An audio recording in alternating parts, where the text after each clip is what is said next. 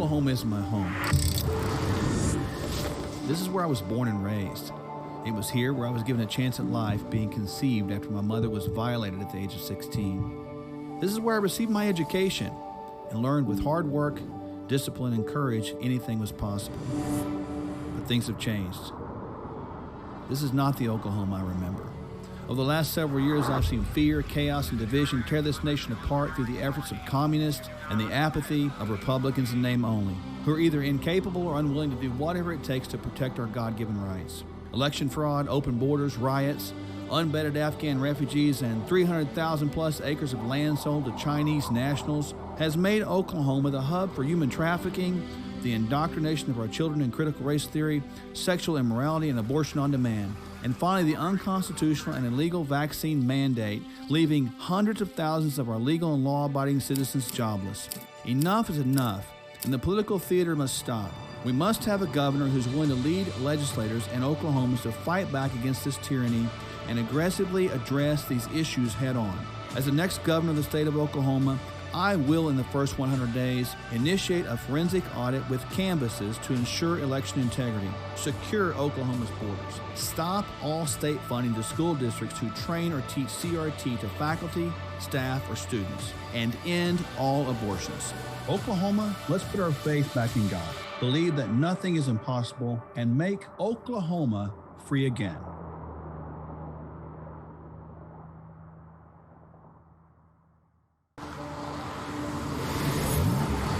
Oklahoma is my home. This is where I was born and raised. It was here where I was given a chance at life, being conceived after my mother was violated at the age of 16. This is where I received my education and learned with hard work, discipline, and courage anything was possible. But things have changed. This is not the Oklahoma I remember. Over the last several years, I've seen fear, chaos, and division tear this nation apart through the efforts of communists and the apathy of Republicans in name only, who are either incapable or unwilling to do whatever it takes to protect our God-given rights. Election fraud, open borders, riots, unvetted Afghan refugees, and 300,000 plus acres of land sold to Chinese nationals has made Oklahoma the hub for human trafficking, the indoctrination of our children in critical race theory, sexual immorality, and abortion on demand. And finally, the unconstitutional and illegal vaccine mandate, leaving hundreds of thousands of our legal and law-abiding citizens jobless. Enough is enough, and the political theater must stop. We must have a governor who's willing to lead legislators and Oklahomans to fight back against this tyranny and aggressively address these issues head-on.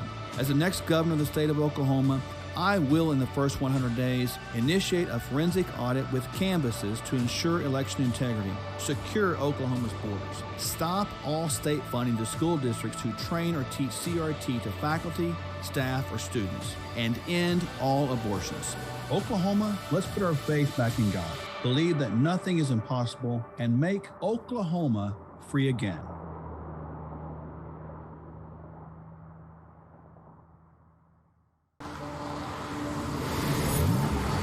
Oklahoma is my home. This is where I was born and raised. It was here where I was given a chance at life, being conceived after my mother was violated at the age of 16. This is where I received my education and learned with hard work, discipline, and courage anything was possible. But things have changed. This is not the Oklahoma I remember. Over the last several years, I've seen fear, chaos, and division tear this nation apart through the efforts of communists and the apathy of Republicans in name only, who are either incapable or unwilling to do whatever it takes to protect our God-given rights. Election fraud, open borders, riots, unvetted Afghan refugees, and 300,000 plus acres of land sold to Chinese nationals has made Oklahoma the hub for human trafficking, the indoctrination of our children in critical race theory, sexual immorality, and abortion on demand. And finally, the unconstitutional and illegal vaccine mandate, leaving hundreds of thousands of our legal and law-abiding citizens jobless. Enough is enough, and the political theater must stop. We must have a governor who's willing to lead legislators and Oklahomans to fight back against this tyranny and aggressively address these issues head-on. As the next governor of the state of Oklahoma, I will, in the first 100 days, initiate a forensic audit with canvases to ensure election integrity, secure Oklahoma's borders, stop all state funding to school districts who train or teach CRT to faculty, staff, or students, and end all abortions. Oklahoma, let's put our faith back in God, believe that nothing is impossible, and make Oklahoma free again.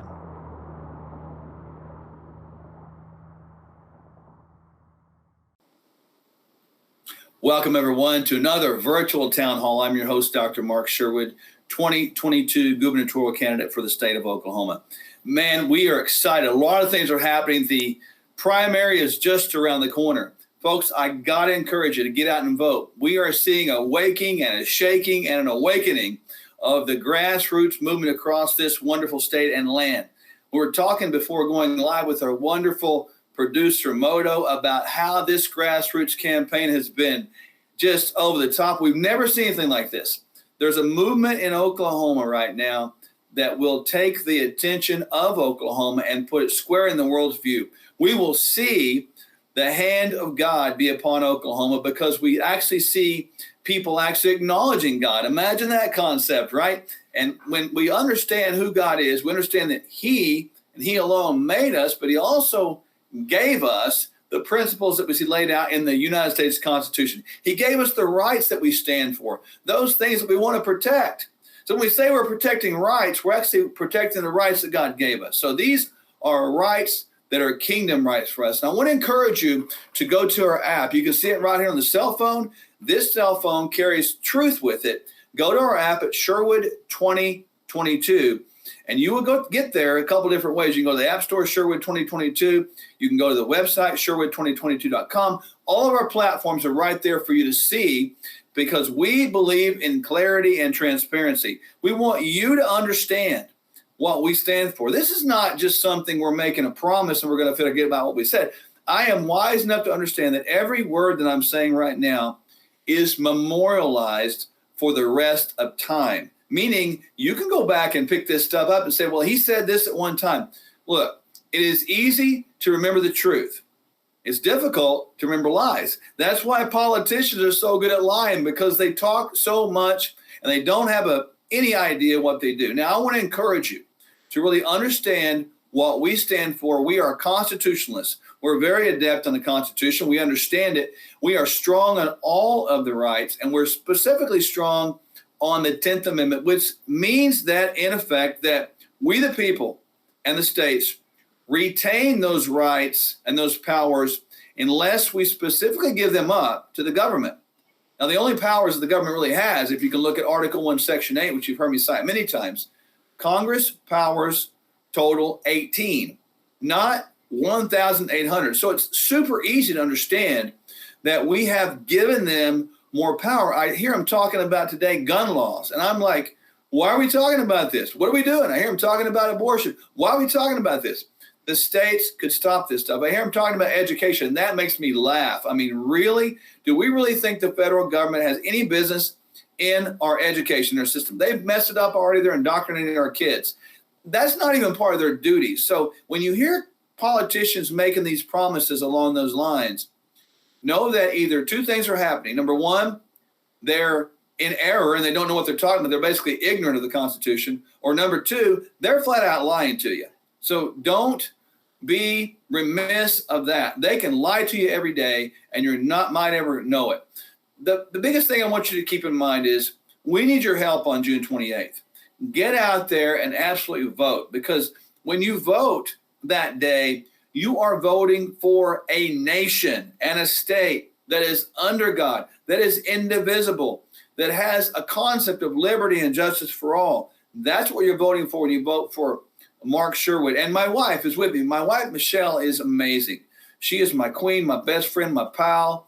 And I am making no bones about it. She's the most important person on planet Earth to me. Now, my most important person overall is God himself. I have been open to profess Jesus Christ as my personal Lord and Savior. And I don't back away from that.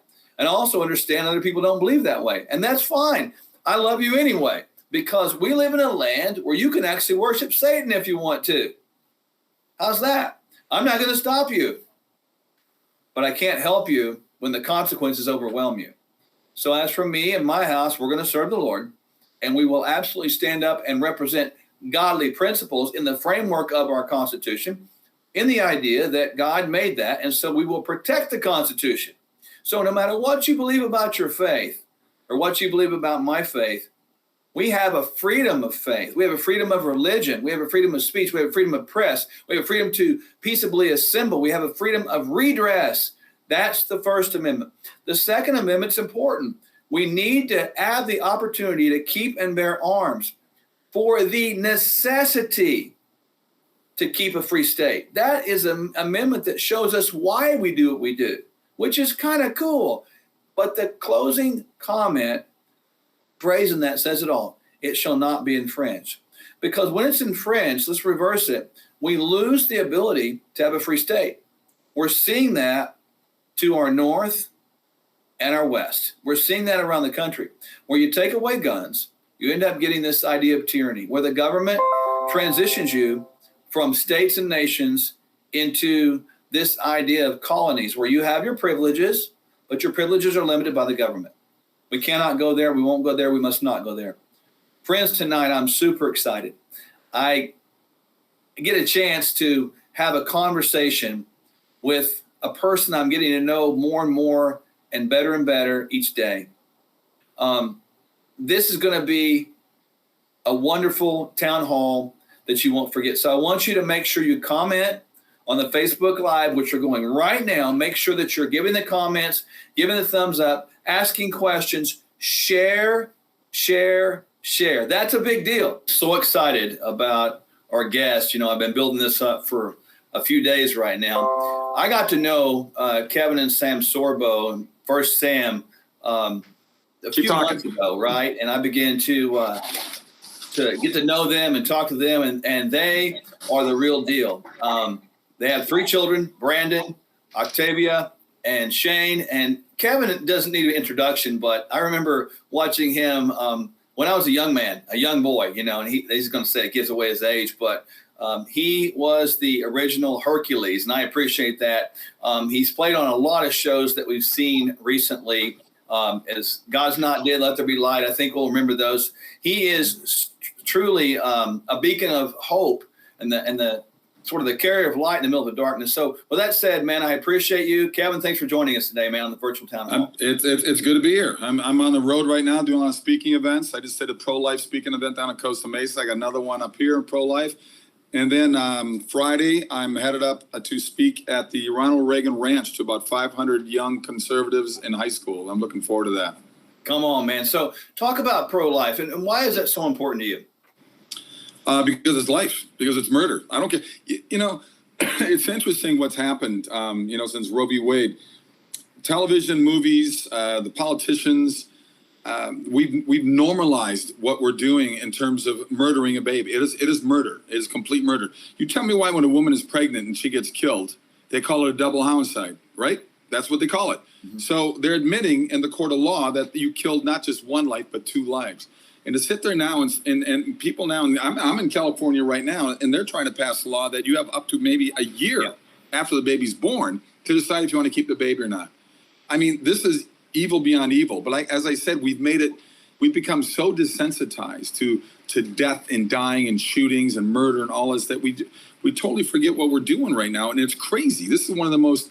Bernard Nathanson was one of the guys that was in the camp with Maggie Sanger, who started the whole pro-abortion world. In her mind, she wanted to get rid of all the black babies because blacks were inferior, and she was very open about that back in the 30s or whatever it was. And I'm looking at today and going, guys, there's a heartbeat of 22 days. They admit to selling body parts. So if they're selling body parts, that would be a human being. So I'm trying to fight that. It's incredible that we've become so nonchalant about death in this country, and it's unbelievable. And people don't realize in China, I have a script that we're trying to raise money for right now called Pearls for China. As a female lawyer friend of mine who's lived over there for 30 years, and she wrote this wonderful script because she's trying to get the abortion movement done there because there's been 500 million forced abortions in China. 500 million forced abortions in China. That's 160 million more Americans that we have in the country right now. Yeah, and 2 things, my life's been a crazy story, but I'm a product of a rape situation. I can tell you, man, I'm not a mistake. And the second thing about this, I just had a talk with a lady that was a 3-month she's survived a 3-month abortion attempt. She can't really see and hear because it destroyed part of her neurological function. But she found out, and this blew my mind, by having horrible dreams at 5 years old of babies screaming, trying to fight for their life. Confronted her mom. Turns out she was a twin, and they got one but not two. I mean, horrific things. And so, are you seeing traction in this right now? Because this has been a big platform of us. People thought, well, you're a radical, you're extremist. Are you seeing traction around the U.S. with this? Yeah, I think there's a positive movement going on right now. I mean, so if Roe v. Wade gets rid of it, which hopefully they will, and I think they will, the reaction has been absolutely insane. Their reaction from the left is to say, I'm going to kill you for not allowing me to kill my baby. And this is what they're upset with. You're probably going to have 35 states that are still going to have abortion laws. So each state can still have abortions. I think what they're worried about in those 15 to 20 states that will outlaw it, the inconvenience that they have to drive to another state to kill their baby. I mean, so their reaction, typical on the left, and it's only gotten worse in the last few years, is to react with anger and hatred and violence. That's how they react to things now. And they used to be the party that sit there and, come on, man, we all got to get along. They need to look up what the definition of the word liberal means. It means everybody's point of view is okay with us. It's not that way anymore. Right now, all they have is their anger and hate. These are people, I guarantee you, if I did a documentary on them and they were honest one-on-one conversations, these are people probably raised without a father, the majority of them. They do not like themselves. So how can they love their neighbor like themselves when they look in the mirror and hate what they see? They probably don't have jobs. They probably don't have relationships that they're happy with, that they have relationships at all. And, these are the Antifas, the BLMers, and all these people out there. The Black Lives Matter people, that's only a little bit of a segue. People need to look at their manifesto. They believe in Marxism, communism. They believe in destroying God, destroying family units. They look at women being pregnant as slavery. So I said, wow, so if you stop every woman, no more pregnancies, how much longer will humanity exist? Maybe 110 years, and then there's no more humans left on the planet. I mean, it's crazy. Political correctness was the grandfather of all this, and it's just how all these branches now have just destroyed everything. And they're out there to cancel you.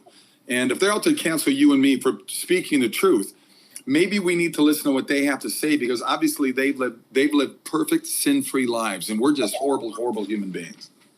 Now, your faith is super important for you. I've followed you for years, know you and your family now. What drives you, man, in this deal? And talk about your faith. I've always had faith. I grew up in a Lutheran home in Minnesota, typical Norwegian, Scandinavian bloodline. Even to my teenage years and the wild 20s and stuff like that, I never stopped believing. The faith was always there for me. So I don't understand if I don't look at the world. If I look up at the stars at night and you think of infinity, you think things going forever and all other planets and everything. We didn't start that. You can't say it just started on somebody. If I'm in a hotel room right now, somebody built this hotel, right? Somebody started this thing. It wasn't you or me. It just you can't get something from nothing. And people say, well, how did God start? I don't know. One day I'll find out. But something started this, and it just didn't happen. And everything you see in this world, something had made it happen. One of the famous lines in one of your movies that has stuck with me all these years, it was, I think you were playing a bad guy, a bad professor, right? And, didn't believe in God, that whole bit. And the idea was, how can you be mad at something that you don't even believe exists, right? And you're right. They're so mad, and they're mad at God. They really are. But they don't want to acknowledge the existence of God. And therefore, we have this political thing. How is this really in your world? I mean, you're an actor. You're trying to bring faith movies back in. How difficult is that right now? It's brutal, and it's frustrating, because I meet plenty of very wealthy conservative Christian men that I do a lot of charity golf events, and they find, if they don't know who I am already, they find out quite quickly where I stand as an actor. I mean, some may go, oh gosh, I thought for sure you'd be one of those crazy lefties. And I go, you know what? Number one, I don't harbor the same anger and hatred towards people of a different point of view that they have towards me. I don't spend the time on the computer trying to get people canceled off Twitter and Facebook, like Facebook had me taken down. Okay. I don't get that, but I'm trying to do movies over the last 12 years, movies that have hope and love and faith and redemption and laughter, things that Hollywood just isn't doing right now. And you see it. You see what Disney's doing right now. Yeah. Walt Disney's flipping over his grave, and he said back in the 1950s, movies and television will influence our youth. Well, hello, what do you think is being played out in the streets, not only in America, but around the world right now? You can pretty much see all the hatred, anger, violence that's going on, and a lot of it is certainly brought about by these movies that people see and by what the press is always pushing. You got politicians pushing it. You got politicians calling for it on the left. Yeah. They call for it. You know, if you see a Republican in a restaurant, give them a hard time, Congressman. If you go, go to the houses of the Supreme Court justices, threaten their lives. There's a law in the books. That's a fine up to a year imprisonment. Have they arrested any of these bozos that are outside Kavanaugh's house marching and saying, "Hey, let's kill this guy"? I mean, I don't get it. We have immigration laws, and nobody wants to follow the laws anymore. I mean, the minute Trump gets out of office, Biden gets rid of everything that he had on there. So I don't know. For me, I want to spread the message in a positive way, and I want to do movies that I grew up watching that made me motivated me to be a better person, and made me want to be a better person. So our biggest call is me trying to find $3 or $4 million. Sounds like a lot of money. That's nothing. Hollywood does $200-300 million movies, and then spends $100 million promoting them. From Avengers to Avatar to Pirates of the Caribbean, doesn't really matter. They spend tons of money on these movies with their message that they keep pushing across. I'm trying to find money to do movies with a positive message, and it's like I gotta make 100 phone calls a day. It's weird to me that I gotta fight for this, but I'm gonna keep fighting because this is my mission. My mission is to do movies that make people think about life in a positive way, not a negative way. Well, and you have, I've watched you for the last several months, and prior to getting to know you, I got to know your wife, and Sure. You've been very consistent in that. You've been very predictable in that, and it's not something that you wonder where you stand on things. And I will say that I commend you for that. You haven't been a lukewarm anything. It's good. Having said that, you look at this going on in the world.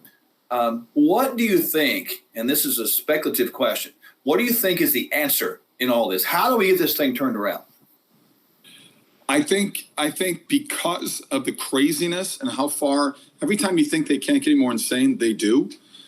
I think the world is now saying enough is enough. And I think you're just going to see it here in the next election cycle. If we can have honest voting. I mean, let's face it. We've had voter fraud's been around forever, guys. It's been around forever. I read a documentary years ago. A story about the Nixon, 1960, when he lost to Kennedy. That was the closest election ever. Vote for vote. I think it was like 700 votes that separated the two in the whole country. And it was well known that there was voter fraud in there as well. So it's been around forever. Why we can't have honest voting is weird to me. I don't get it. I mean, I've heard now for the last 10 years that asking an African American to show an ID is racist. In what way is it racist? I'm glad there was a guy who did a documentary. He went down to Harlem. He went and talked to all these people living in the neighborhood. He goes, "Do you have an ID?" And they look at him. Of course we do. One guy even said, "You white people are morons." Of course we know. The DMV's right there. We know how to get I mean, to sit there, it was 2012 when they were doing the second term for Obama and Biden. And Biden gets up in front of the Black Caucus and he says, "They're trying to keep you all in chains." And I went, "No, the Democrats want to keep the black population in chains because there's no money in it for the politicians if black people are able to be set free and get good education, get good avenues to find better jobs, get good avenues to find better health care. It's out there. It's people like Al Sharpton and Jackson that sit there and make their money off threatening companies saying, "Hey, you're going to be racist if you don't give us money." That's what they're out there doing. It's unbelievable. It's ransom money. And we need to stop that. And BLM showed it, right? All the money they made, they went out and bought a bunch of houses. And they got busted with it. And they went and talked to one of the main women that was behind BLM. And she says, "This is triggering me." They love you. They love their little phrases now. And we let them get away with it. So I think we should start saying that too. If they start going crazy, "Oh, you're triggering me. Leave me alone." I don't know. We have to match the organization and the passion that they have without the anger and the violence that they have.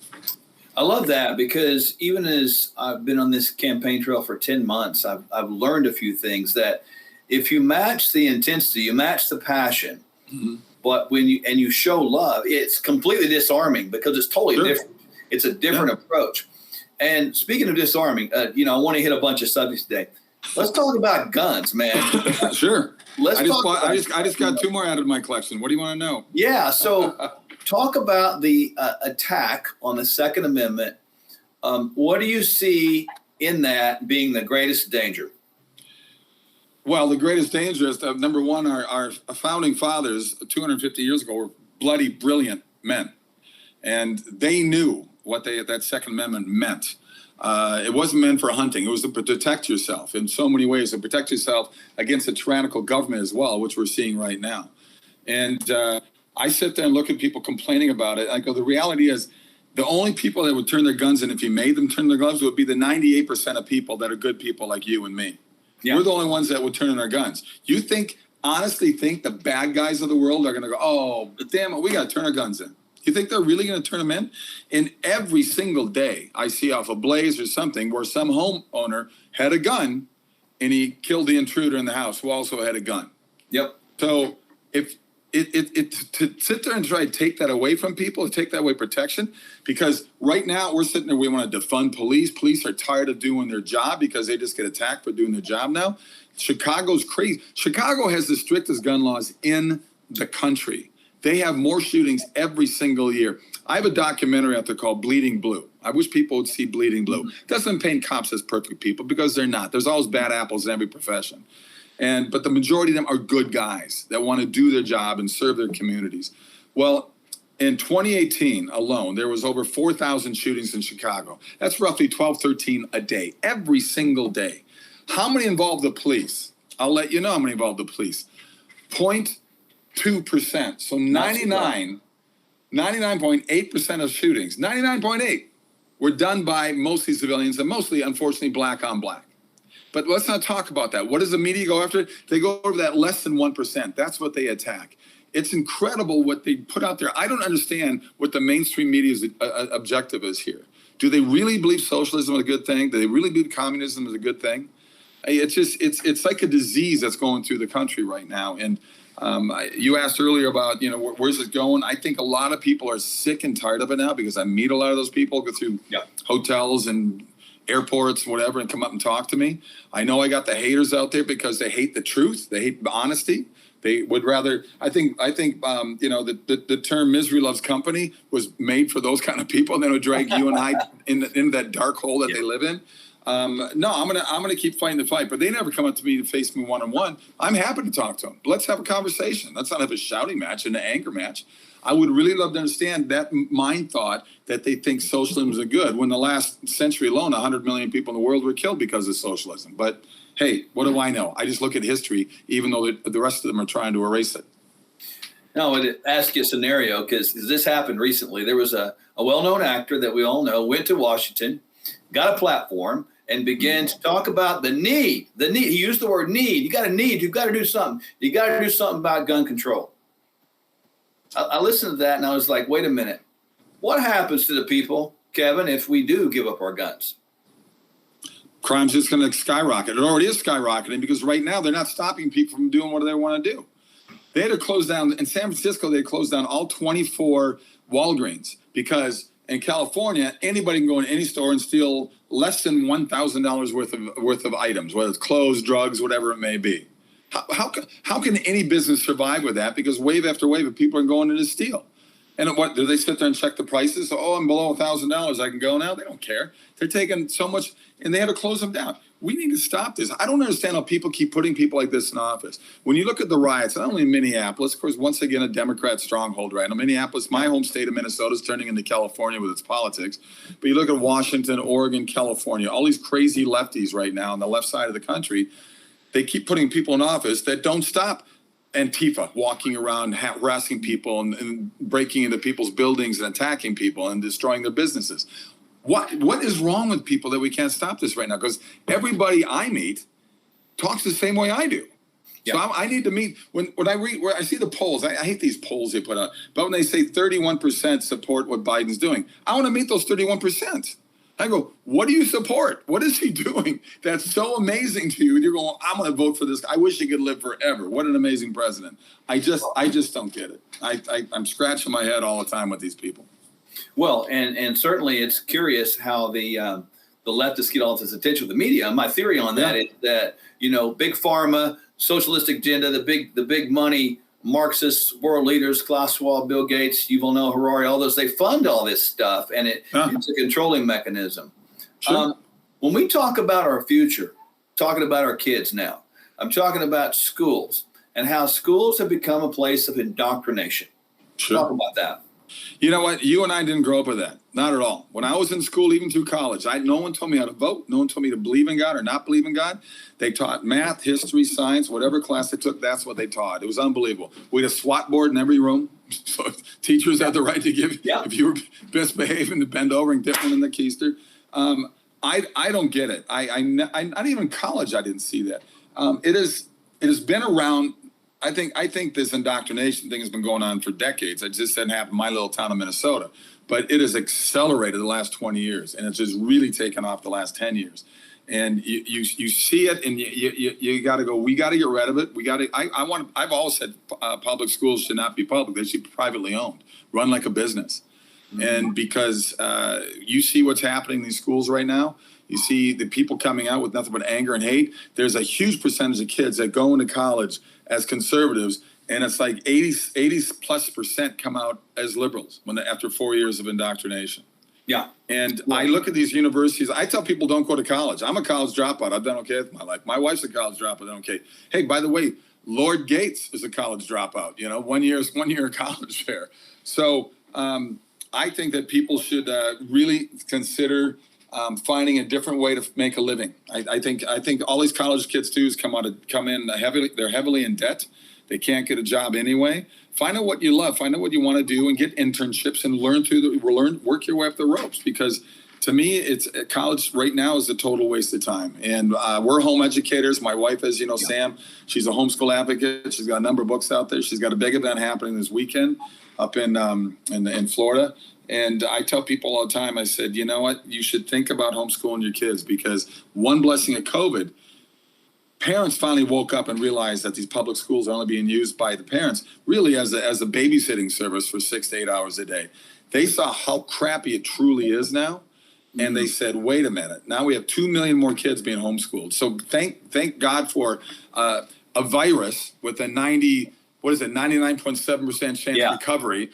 That's trying to destroy everybody in the world has exposed themselves. And I think that's what the left does. They constantly expose. They're a snake that eats their own tail, and the gift that keeps giving. So I think people are really starting to wake up and realize education is important, but there's a better way to do this. Because prior to that, everything was taught at home. There was nothing but homeschooling back in the day for centuries. So I think we need to get back to that. Yeah, it's interesting. I look at the virus as the Romans 8:28 virus. It's something God used for his good, even though we didn't like it. It sure woke a lot of people up to reality, and probably it's a wake-up call we really needed. When we talk about kids, a lot of the indoctrination is like, let's just be honest. It's giving kids it's planting seeds where it's giving them the idea that they can change genders midstream anytime they want. They can become a cat even if they want. Talk about, and I want to kind of think about manhood in general, malehood, fatherhood. Why is that important, and why is it a detriment to our world when we lose that? Well, it shows quite plainly in the Black community, right? I mean, 1964, LBJ passed the Welfare Reform Act that basically said, hey, look, you in the African American community, I'm Norwegian American, by the way. I thought we're all Americans, but since we're going that way, right. They said, look, you can have kids, and if you don't have a man in the house, we'll take care of you. But if you have those kids, you can't have a man in the house. So we took the segment of our population in the Black community that at a far lower divorce rate than the white community did. Mm-hmm. Well more than 80% stayed together. Now it's the other way around. 80% now in the Black community are raised without a father. 80%. Because in 3 generations now, we have made it profitable in a way. It's something that grandma started, then the mother started, now the daughter's doing it. That the time they're 25, 26 years old, they got 3-4 kids from 3 or 4 different guys. Mm-hmm. And there's no accountability. And what are the stats on that? These aren't my stats. The vast majority of them stay unemployed, get involved in gangs, involved in crime, go to jail. All this stuff is there. I'm not making that stuff. You know it. Mm-hmm. Most people know it as well. That it's a horrible way to sit and go through your life, and even the mother a lot of times isn't even there. The last stories, the grandmother's raising them. How many times do you see a superstar athlete in football or basketball in college, and I hope he gets drafted, and it's the mother or grandmother There's very rarely you see the father there. And it's a huge problem. And many people have brought this up in government as well, especially on the right side, saying that we need to do something about the fatherless issue because it's huge and it does play out well in terms of the stat side is brought up to now. So families are important, and we're trying to get rid of them, which is really sad to me. And we have people getting married later and later. And I think a lot of that is a segment of our society as well, what's going on with technology, what's going on with the impatience of our world, because I think the biggest killer in America and even the world right now is apathy. Yeah. People, what can I do? And they just give up. And that's what government wants. Big government has never been a good thing for anybody. And you see that played out in all these countries that have big governments. I mean, you saw what Russia did during the Cold War and all these other countries. And what it did when it took over Romania and Bulgaria and Slovakia and all these other countries. And I've been to those countries, and I see what 50 years of communism did to them. And they're clawing and fighting their way to get out of that world.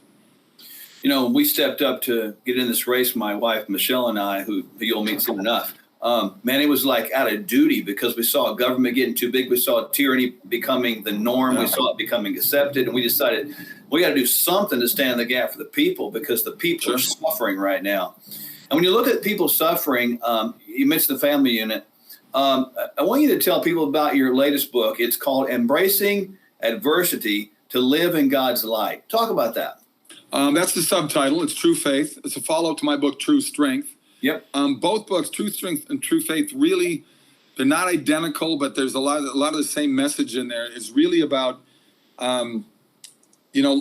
God never promised any of us an easy life, whether you believe in God or not. You're not going to have an easy life. There's always going to be ups and downs. Everybody's got a story. I get it. I've got my own story. You've got your story. Everybody's got a story. Everybody's had bad things happen to them, whether it's physical, mental, psychological, health, whatever it may be. And how do you get through those moments? Well, you can blame a God that you don't believe in or blame God that you do believe in. You can blame family, friends, the world. You can blame anybody and everything. The reality is you got to look in the mirror. Here's what I say, cue Michael Jackson's song, Man in the Mirror.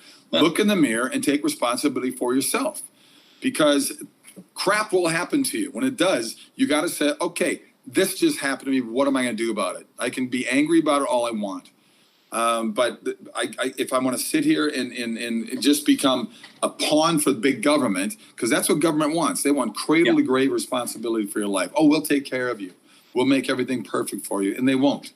There's so much more satisfaction. Look, my dad was a public school teacher. I'm the fourth of 5 kids. We didn't have any money in the family. But one thing my mom and dad taught all of us was hard work. I started a paper when I was 9 years old. For 7 years, I got up at 4:30 in the morning and delivered 80 newspapers 6 days a week. In Minnesota winters, mind you. All right. For 7 years, I did that.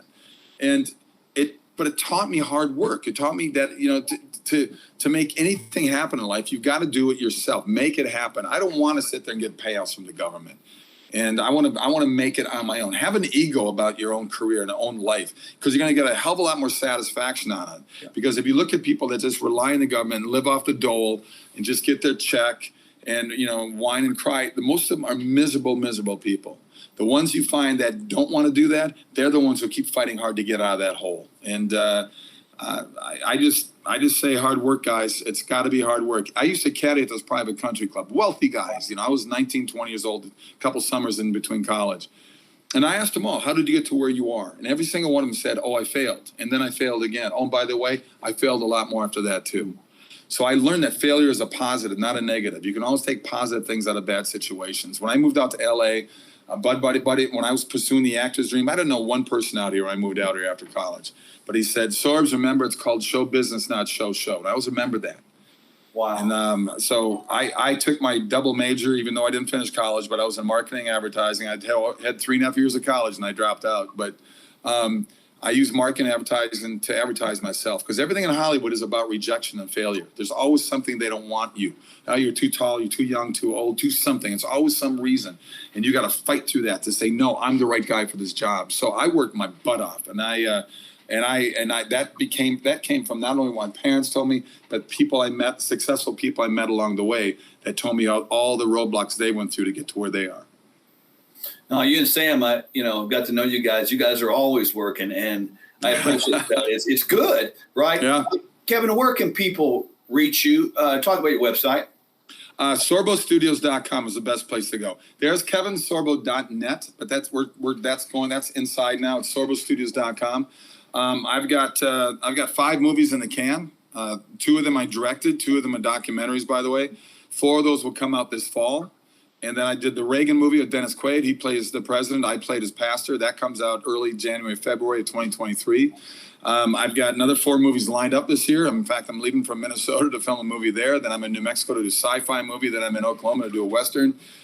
So I'm staying busy. I like staying busy. I keep myself busy. I hate sitting around. And I admire guys like Clint Eastwood. He's in his 90s still making movies. And I've got to knock on wood. I'm still doing that too. So I'm trying, like I said, I just want to do movies that make people think, make them laugh a little bit, make them cry a little bit. But they'd be good cries, you know. But I'm going to put out good messages out there because there's a lot of lost souls out there, a lot of hurt people out there.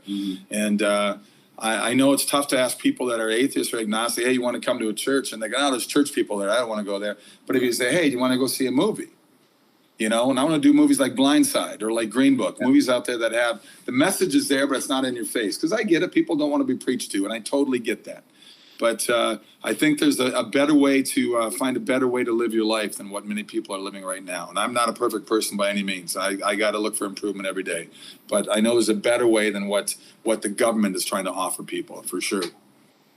Well, you certainly have been a wonderful breath of fresh air. You know, I've known a lot of people in my day, some big names, and it's a pleasure and an honor to get to know you and see the down-to-earth nature you are, to see the reality of who you are. It's not one thing in front of the camera and one thing behind. I can vouch for that with what little I know, and I'm looking forward to development of our own friendship, which is great. I'm super honored. With that said, Kevin, we get to our last little bit here. 2 minutes or less. What do you got for the hope of people, man? Inspire people right now. What can they look forward to? I think the biggest thing is don't let anyone set your limitations. It's too easy to get down. It's too easy to give up. And it's too easy to let failure rule your life. A lot of people fail one time and they give up. Don't give up. You know, follow that dream. As corny as that sounds, I followed my dream. I wanted to be an actor since I was 11 years old. And I wanted to be an actor because I was inspired by old black and white movies my mom exposed me to that had Cary Grant, Jimmy Stewart, and Katharine Hepburn, and those kind of Humphrey Bogart, those people. And I love those movies. They always had great messages in there. That's why we keep doing. So once again, I hope people go to SorboStudios.com, support what we're doing, sign up. We'll keep you up to date for the things coming out. I've got wonderful movies that are there that you may have already seen, like God's Not Dead and Soul Surfer and What If and Let There Be Light, but there's many more to come. And we got to just keep fighting the good fight, guys. Don't be afraid. Hey, stand up for your convictions, okay? You might lose a friend, but if you lose a friend, they weren't friends to begin with. Well, that's a good word, man. I appreciate your words of wisdom. I appreciate your passion. We've covered a ton of stuff, which is great. And I look forward to seeing you in Tulsa. We'll talk about getting you there for sure. I'm excited about that coming up. So, man, enjoy your time out there in crazy Los Angeles. Yeah. You'll not only survive, but you'll thrive, and you'll bring them the light of God's love. So I appreciate you, my friend. All right. Thank you very much, Mark. Good luck with everything with you. Thank you, sir. All right. Wow, man, that was amazing time with Kevin. Wow, we touched a lot of subjects. We talked about abortion. We talked about indoctrination. We talked about guns. We talked about leadership in general. We talked about Hollywood that's becoming nothing more than Scandalwood. It's Sinville. It's crazy. But you saw the man that has a heart for God, a heart for people, and is willing to step up against the culture, against a culture that is crazy loaded with cash and money. And he told you his heart about what he's trying to do. And I encourage you with everything I am to support the project that Kevin and Sam Sorbo are doing. We'll make sure we put their websites again in the feed and make sure you have those handy to you and get their books, look at those movies. We've all seen him before in Hercules, but the strength that Hercules exhibited, we're now seeing exhibited through Kevin Sorbo, as I think you saw. With that said, that strength is exhibited through grassroots people just like yourself. A strength that says no matter what comes your way and no matter what comes our way, we're going to stand. We stand up against the giants. We don't back down. We run at the gunfire. We don't run away. We go at the bullets. We don't turn our backs. We face our enemy head on without backing down at all. We stand up to that enemy. We look him in the eye and say, you're not going to intimidate me anymore. Folks, we've been intimidated by the big bully, which is the federal government and big money, even the establishment rhinos, long enough. We've been intimidated by the left long enough. Isn't it time, my grassroots fellow Oklahomans, that we rise up and get heard? That you rise up and get noticed again? That you rise up and begin to take back ground? We've been backed into a corner. When you get backed into a corner, you've got two choices. You can go ahead and roll over and get creamed, or you can muster that strength inside of you and you can come back and you can fight back. Folks, we're in a time right now where we have to fight back. We must not back down, but we must step up. And our step up must be stronger and more bold than ever before. Because I'm telling you, friends, we're on the edge of losing everything. My wife and I are stepping up to be your next governor, not because we have to have this job, but because it needs to be done. And we're the right people to do it at the right time. People have said, well, you're not a politician. Exactly. You haven't been in politics. Exactly. That's exactly what makes us perfectly qualified. You need to understand, folks, that I don't live in fear. I don't live that way. We've been dealing with this idea of medical tyranny for 10 years, and the last 2, I'm not scared a bit. I really don't care. Somebody's had COVID, I'll give them a hug because I don't care. Because it's a time we've got to quit bowing down to fear. When you bow down to fear, it will overtake you, it will overrun you, and it will overpower you, and it will control you. Friends, fear is a tool of the enemy. Fear is the language of tyranny. But friends, freedom. Freedom is something that can ring once again, and it can start right here in Oklahoma. When it's time to vote, I want you to seriously, many of you know about the Liberty ticket. Go through that thing piece by piece, person by person, and make sure you vote accordingly. We are together in this. We're linked up, not just arm in arm, but we're linked up spirit in spirit and heart. That's a group you can take on to the bank. That's a group you can take to war because we all decided that we're going to take a bullet for each other. That gives us great accountability and great certainty that we may be smaller in number, but oh, we're mighty in voice, we're mighty indeed. So folks, I'm asking you to put your faith to work and go vote. Keep my wife and I on your prayers. You can still go and download our app, Sherwood 2022. You can also see our website, sherwood2022.com. We look forward to seeing you in person at wherever that is and wherever that might be. But folks, we appreciate the opportunity to be your next governor. We will serve you with honor, dignity, and character, with a selflessness, with an idea of serving you as the people, with everything we have to honor God, protect the Constitution, and represent the people, you and me. We are together. It's about we the people. God bless you all. We appreciate you. My wife and I love you very much. We pray God's blessings on you, and may God bless these United States of America. Good night.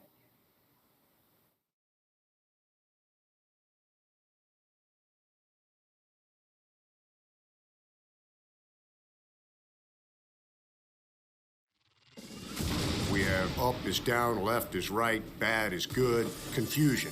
And God is not the author of confusion. God wants to bless America, but it starts with his people first, repenting and the ending of sin.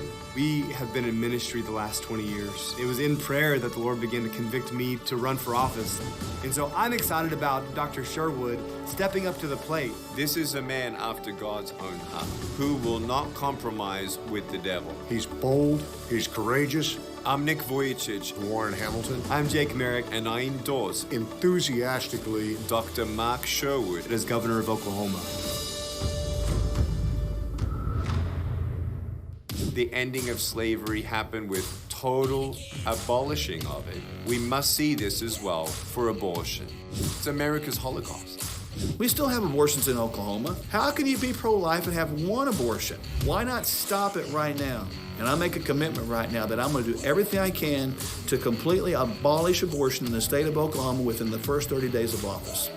Vaccine mandates that are being rolled out right now are entirely unconstitutional and unbiblical. Every state that's a member of these United States, that's a member of our union, said we'll abide by the Constitution. That's why we don't tinker with it too much. So I believe the word mandate doesn't equate to law. I am a big believer in the 10th Amendment, and that means state sovereignty. I would propose that every single business owner in Oklahoma that's affected by that ridiculous mandate push back and say no, because they don't own you. The federal government does not own you. We need to own that amendment, understand what it is, and not be afraid to push back. We have to understand where critical race theory came from. Obviously, it comes from the Marxist handbook. And if we preach this and promote this, we end up a Marxist nation. It is not social justice. It is not anti-racism. It's actually racism in its purest form. The very thing Martin Luther King Jr. talked about, we're not going to allow this to be taught where we judge by the color of our skin. There's one race. It's called the human race. I'm not going to apologize for being white. I'm not even white. I don't even know what I am. Kids in school need to be taught how to live life. Right now, we're teaching them theories about how to hate. That's not education, that's brainwashing. We will not do that under my administration. We will fine every school that does that, and if they don't like it, they can take their education and find another state that will accept that nonsense.